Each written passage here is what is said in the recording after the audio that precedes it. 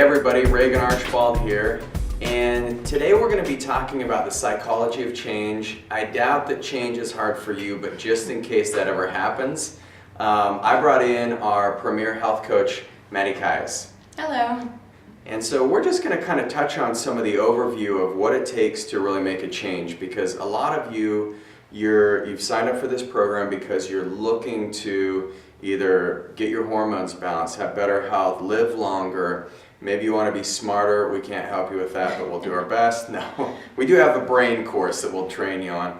But the biggest thing that a lot of you are looking to change are lifestyle habits, and those can be some of the hardest. Maddie, she works with people on a one-on-one basis. I do. We also work with people in groups. And I think what the biggest thing that we find is people have to be willing, first of all, to make a change. And Maddie, what would you say kind of like the key component of change is for people who are looking to change their lifestyle? Well, a big part of it is that, like you said, you've got to be willing to make the change. Mm-hmm. So the decision to make the change and see that there's value in making a change, that's going to be the first step of all of it. Okay, to see that there's value, maybe something that it's going to benefit them or more value to the society, or what do you mean specifically by value? I think, first of all, it's going to come down to value for yourself. If you're going to be putting in all the hard work here, you're going to want to get something out of it. You're going to want some value in it with yourself. And then the next step would be maybe value other people. Sure.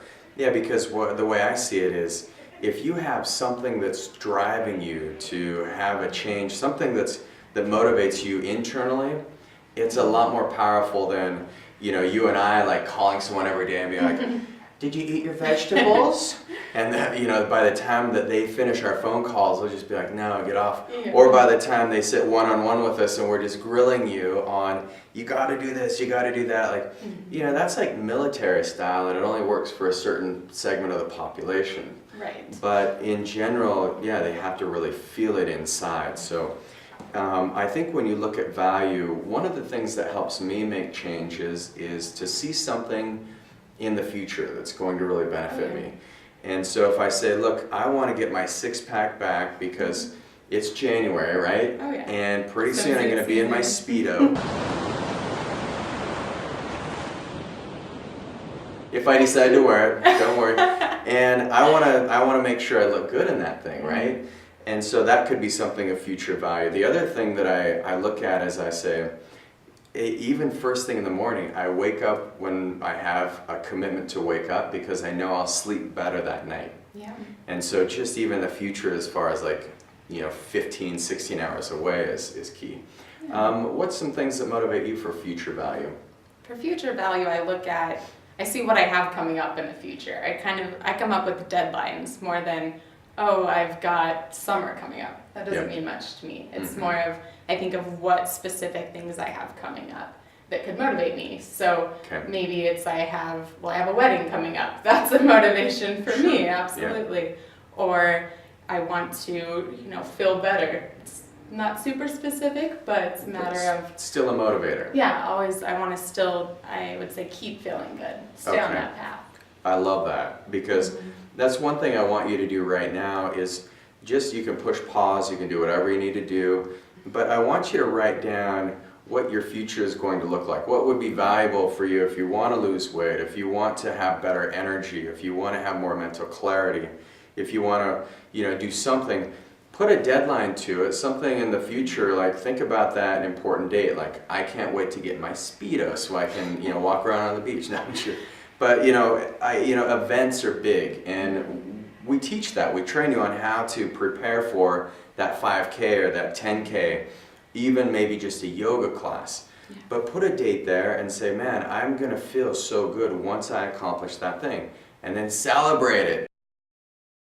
So we talked about future value. One thing that I think is really important for people to understand is that you have to make a choice every day when it comes to lifestyle, because you've got opportunities everywhere. But when you're making lifestyle changes, like the people who do the best are the ones who say, from here on out, I'm going to use my choices to move my life in this direction rather than that. So what are some of those opportunities that come up in our lives that may not cause us to get healthier? Well, we're a nation that's, our society is built upon, we go out and meet with people around food. Mm-hmm. So your friend wants to meet up with you and get food. So you always have these opportunities coming up to do things that maybe aren't the best choice for your health, to go to a barbecue or go to whatever it may be. Yeah. So it's a matter of being able to plan ahead for those things that are going to come up, how to make the better choice. Okay, got it. Yeah, and I know we talk about this a lot, but one of the things that I'm going to recommend to you is, write down when you are the most tempted, or when, I'm not trying to get biblical on you, but when you have that voice in your head that's like, eat that Twinkie, or consume that barbecue that's loaded with sugar, or eat that MSG. I want you to write down those times where you struggle the most. Because, like Maddie said, we are a society that's built around these activities, food, alcohol. I mean, it can be around, like, if you're at a fair. I went to a fair in Wisconsin. Oh, no. And you wait for it. And it was like deep fried everything. And I was like, this is crazy. And there was no one skinny. Nope. So that was a problem.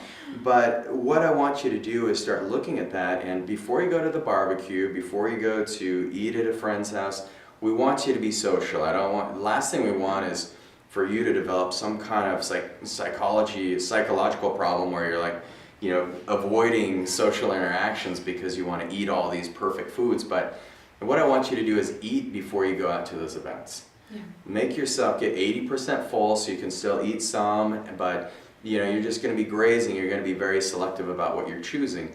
If you've ran some tests with us, which your next video is going to go over some of the testing that we're going to want to do for you. If you've done some testing with us and you found you've got very specific food sensitivities, then those you're not even going to want to dabble in those for a certain period of time. But eat before you go. It makes the temptation so much easier. Then the voice on the other side that will tell you, you feel good already. You don't need to scratch that itch of hunger. So those are some great things on opportunity. Let's talk real quick about exercising. Because is it easy to put off exercise? I mean, think about how quick you can lose that habit. Not that you ever have. I doubt it. Never. But anyway, what's the quickest way that people can stop exercise routines? Well, we set unrealistic goals. People go from not exercising at all to saying, I'm going to exercise 6-7 days a week. That's very unrealistic if you're going from nothing. You can be active, but exercise, you're going to want to set realistic goals. Maybe 2 times a week, 3 times a week. Right, yeah. You've got to really think about where you're starting from and not just where you want to be. Think about the middle ground there, of how That's to get great to advice. that end point. Okay, so then maybe it's like, look, the days that you exercise, maybe it's Wednesdays and Saturdays or something like that. Don't try and become Lance Armstrong and win the Tour de France 7 times, right out of the gates, right? Yeah. It's just unrealistic. And then what happens if you set unrealistic goals? What happens to you mentally? Well, then you don't reach those goals, and then we get into this cycle where it's negative self-talk. You think, I can't do it, I'm a failure. When really you just set super high goals. You've got to start out small to get to that point. Okay. Yeah, those are some amazing tips. So when we talk about exercise, you're going to be having a specific worksheet, but once again, exercise is based on your labs, so we can give you guidance on how much exercise, how little you need, but we're really going to fine-tune exactly when the best time of day it is to exercise, what types, how to avoid injury, how to reverse osteoporosis if you have bone issues. All those things, I'm gonna go through those in a step-by-step fashion, but I just want to thank Maddie for joining me today. I'm sure you'll see her again, and then we're gonna just take a quick break. So get a glass of water, move your body, breathe a little bit, wake up your eyeballs, because when we come back, I'm gonna finish training you on all the psychology of change so that you can accomplish anything you want.